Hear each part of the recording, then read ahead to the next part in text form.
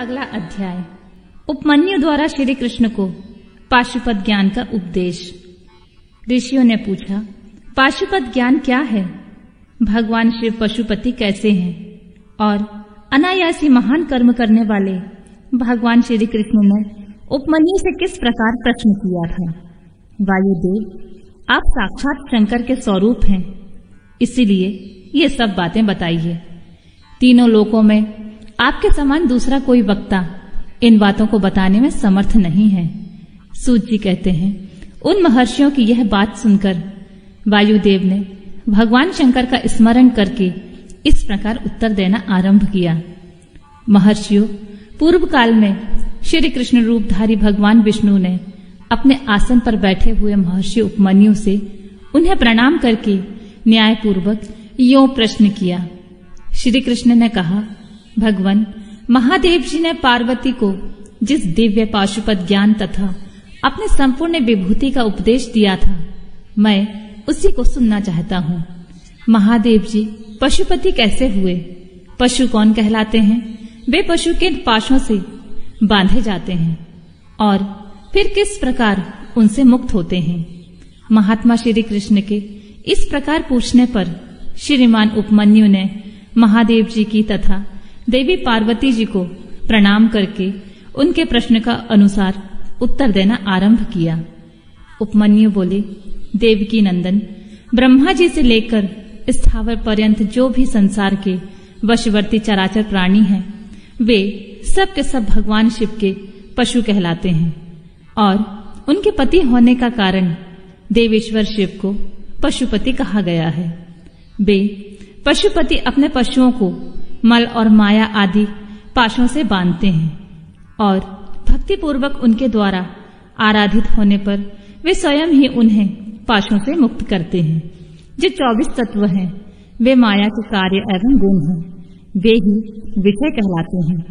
जीवों को बांधने वाले पाश वे ही हैं। इन पाशों द्वारा ब्रह्मा जी से लेकर कीट पर्यंत समस्त पशुओं को बांधकर महेश्वर पशुपति देव उनसे अपना कार्य कराते हैं।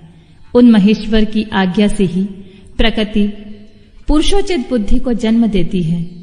बुद्धि अहंकार को प्रकट करती है तथा अहंकार कल्याणदायी देवादिदेव शिव की आज्ञा से 11 इंद्रियों और 5 तन्मात्राओं को उत्पन्न करता है। तन्मात्रा भी उन्हीं महेश्वर के महान शासन से प्रेरित होकर क्रमशः 5 महाभूतों को उत्पन्न करती हैं। वे सब महाभूत शिव की आज्ञा से ब्रह्मा से लेकर तृण पर्यंत देहधारियों के लिए देह की सृष्टि करते हैं। बुद्धि कर्तव्य का निश्चय करती है और अहंकार अभिमान करता है।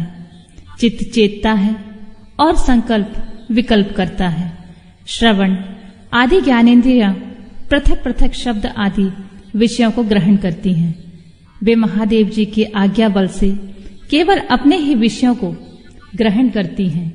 बाक आदि कर्मेंद्रियां कहलाती हैं और शिव की इच्छा से अपने लिए नियत कर्म करती ही रहती हैं, दूसरा कुछ नहीं। शब्द आदि जाने जाते हैं और बोलना आदि कर्म किए जाते हैं।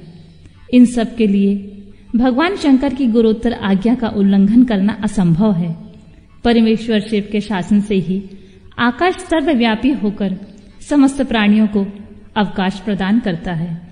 वायु तत्व प्राण आदि नाम भेदों द्वारा बाहर भीतर के संपूर्ण जगत को धारण करता है। अग्नि तत्व देवताओं के लिए हव्य और काव्य भोजी पुत्रों के लिए काव्य पहुंचाता है। साथ ही मनुष्यों के लिए पाक आदि का भी कार्य करता है। जल सबको जीवन देता है और पृथ्वी संपूर्ण जगत को सदा धारण किए रहती है। शिव की आज्ञा संपूर्ण देवताओं के लिए अलंघनीय है। उसी से प्रेरित होकर देवराज इंद्र देवताओं का पालन, दैत्यों का दमन और तीनों लोकों का संरक्षण करते हैं। वरुण देव सदा जल तत्व के पालन और संरक्षण का कार्य संभालते हैं। साथ ही दंडनीय प्राणियों को अपने पाशों द्वारा बांध लेते हैं। धन के स्वामी यक्षराज कुबेर प्राणियों को उनके पुण्य के अनुरूप सदा धन देते हैं और उत्तम बुद्धि वाले पुरुषों को संपत्ति के साथ ज्ञान भी प्रदान करते हैं। ईश्वर असाधु पुरुषों का निग्रह करते हैं तथा शेष शिव की आज्ञा से अपने मस्तक पर पृथ्वी को धारण करते हैं। उन शेष को श्री हरि की तामसी रौद्र मूर्ति कहा गया है, जो जगत का प्रलय करने वाली होती है। ब्रह्मा जी शिव जी की आज्ञा से संपूर्ण जगत की सृष्टि करते हैं और अपनी अन्य मूर्तियों द्वारा पालन और संहार का कार्य भी करते हैं। भगवान विष्णु अपने विभिन्न मूर्तियों द्वारा विश्व का पालन, सृजन और संहार भी करते हैं। विश्वात्मा भगवान हर भी 3 रूपों में विभक्त हो संपूर्ण जगत का संहार, सृष्टि और रक्षा करते हैं। काल सबको उत्पन्न करता है, वही प्रजा की सृष्टि करता है तथा वही विश्व का पालन करता है। यह सब वह महाकाल की आज्ञा से प्रेरित होकर ही करता है। भगवान सूर्य उन्हीं की आज्ञा से अपने 3 अंशों द्वारा जगत का पालन करते, अपनी किरणों द्वारा दृष्टि के लिए आदेश देते और स्वयं ही आकाश में मेघ बनकर बरसते हैं। चंद्रभूषण शिव का शासन मानकर ही चंद्रमा औषधियों का पोषण और प्राणियों को आनंदित करते हैं। साथ ही देवताओं को अपनी अमृतमय कलाओं का पान करने देते हैं।